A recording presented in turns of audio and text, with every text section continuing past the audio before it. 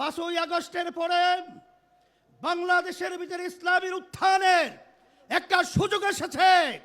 আমাদের নিজেদের পায়ে দাঁড় হয়ে কাদিয়ানীকে অমুসলিম ঘোষণা করব, সংসদের ভিতরে আইন পাস করব, কাদিয়ানী কাফের অমুসলিম ঘোষণা করলাম এবং আমরা আইন পাস করব ইনশাআল্লাহ।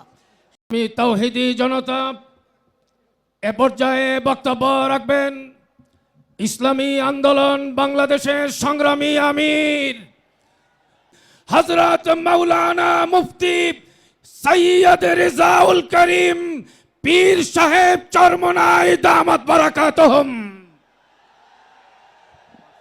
আলহামদুলিল্লাহ, কথা বেশি লম্বা চওড়া না। বর্তমান সরকার কোনো বাংলাদেশের জনগণের ভোটে নির্বাচিত সরকার নয়।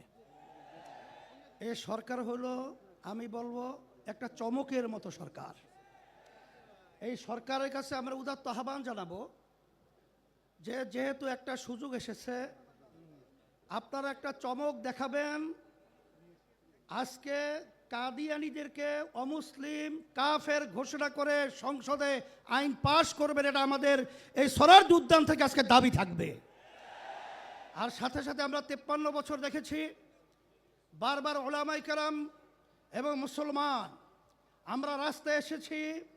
বহু দেশের মধ্যে কাদিয়ানীদেরকে অমুসলিম ঘোষণা করা সরকারিভাবে রাষ্ট্রীয়ভাবে হয়েছে, কিন্তু আমরা তাদের থেকে বারবার আসার পরেও তাদের থেকে অমুসলিম ঘোষণা আমরা পাই নাই। আমরা দুঃখিত। এর জন্য আমি সকলকে উদাত্ত আহ্বান জানাবো।